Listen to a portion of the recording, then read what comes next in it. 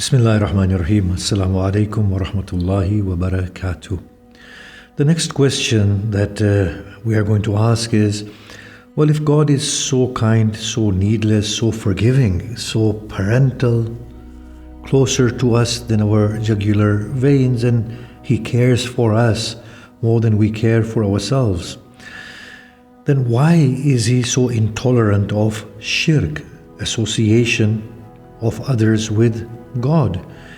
Isn't this signifying a state of insecurity or a human-like frailty within Godhead? He says twice that Allah will not forgive that He is associated with. Other than that, He will forgive whatever He wants for whoever He wants. Now, straight off, we need to make a distinction between God not wanting to forgive and a state that is unforgivable. And as we go into this talk, let's just give a little bit of an example. If a blind person were to say, "Why are you not showing me the beautiful scenery?"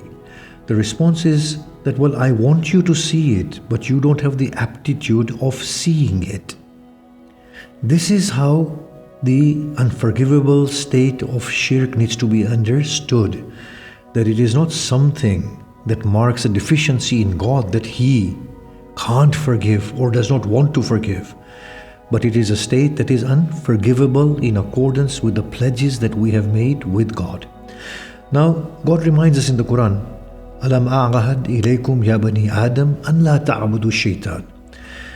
Did I not take a pledge from you, children of Adam, that you should not worship the shaitan? Innahu lakum aduwwun mubin.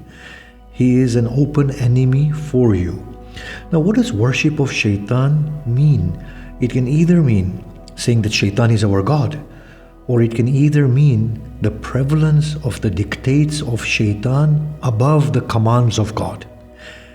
That is the real point of shirk, giving prevalence of the dictate of other than God over and above God. Allah subhanahu wa ta'ala says in the Quran, and when they do wrongful acts, the pagans, and they commit indecency, they would say, well, Allah commands us to do this, and our parents used to do this. Allah says, how do you think? How can Allah ordain you to commit indecency? Allah subhanahu wa ta'ala ordains you to be just, to be kind and generous beyond justice, to do good to the poor, to the wayfarer, to the orphan, and to your kin. Allah cannot ordain to that which is unchaste and indecent and reprehensible and unjust.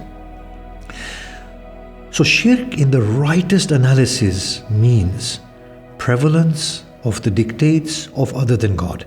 And the dictates of other than God are dictates that are inconsistent with human nobility and the human godly essence.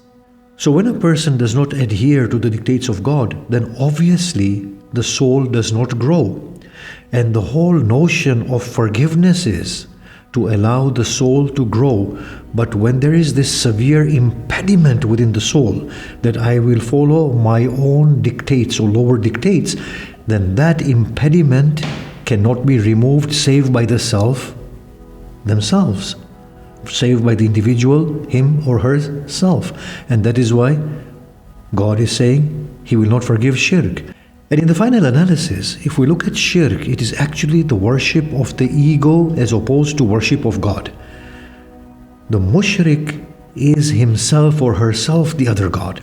Imam Ali gestures at this somewhere in Nahjul Balagha, that they carved statues from wood and stone, and then they worshipped them. He gestures at this, that they placed values within those stones and those carvings of wood, and then they devoted themselves to the values that were represented by those statues and the values that they themselves gave to those stones and those statues, and through devoting to them they perpetuated those values. In fact, they were devoting to their own lower dictates in the form of statues and idols. When we analyze shirk most accurately, shirk means that I am the other God. The other level of shirk that God explains in the Quran is with a parable and an analogy. He says, is a slave that is beholden to one master more productive, or a slave who is beholden to several masters who are at odds with each other all the time? Every one of them is directing him in a different direction. The slave becomes very unproductive and bewildered. As opposed to this, when a person is serving one particular master, they are very focused and very, very directed.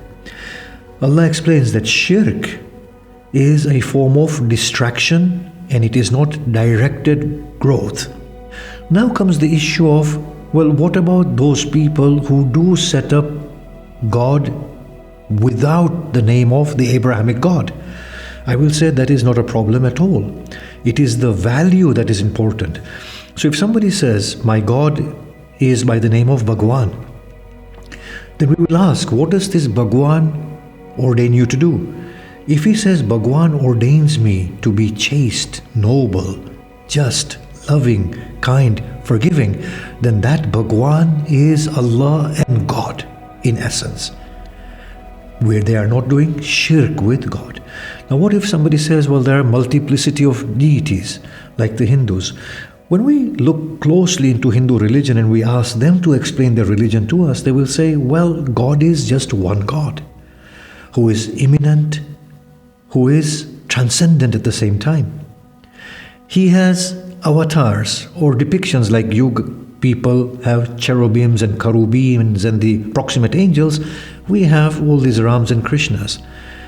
But the bottom line is, they are all conveying the same message that God has imparted to one and all. Just as your prophets came and gave you the singular message of godliness, all of these figures that we have all given us the same message through different tongues, in different locations, through different faces, in different circumstances. They have all said, be righteous, be just, be dignified, be decent, be chaste. If that is what they are saying, and indeed that is what they are saying, then they are not mushrik according to the language of the Quran. And therefore we cannot say that God will forgive everybody apart from the Hindus, let us say, or the Sikhs. According to the language of the Quran, they are not mushrik. And according to the language of the Quran, the real mushrik is not even one who worships an idol. The real mushrik is the one who worships his own ego and then projects those dictates, the lower dictates of the self or the shaitanic dictates according to the Quran upon the idol and then reinforces it through that idol. We can be doing the same thing in the worship of our Islam. If we say Islam is all about me being the chosen one and me being the favored one and Allah will overlook my sins, Islam means I have predominance over others and I can cheat them and be less than kind to them, then that concept of Islam is no different from an idol. And through that concept of Islam, we are doing the shirk or worship of our own ego through the brand of Islam. Wassalamu alaikum wa rahmatullahi wa barakatuh.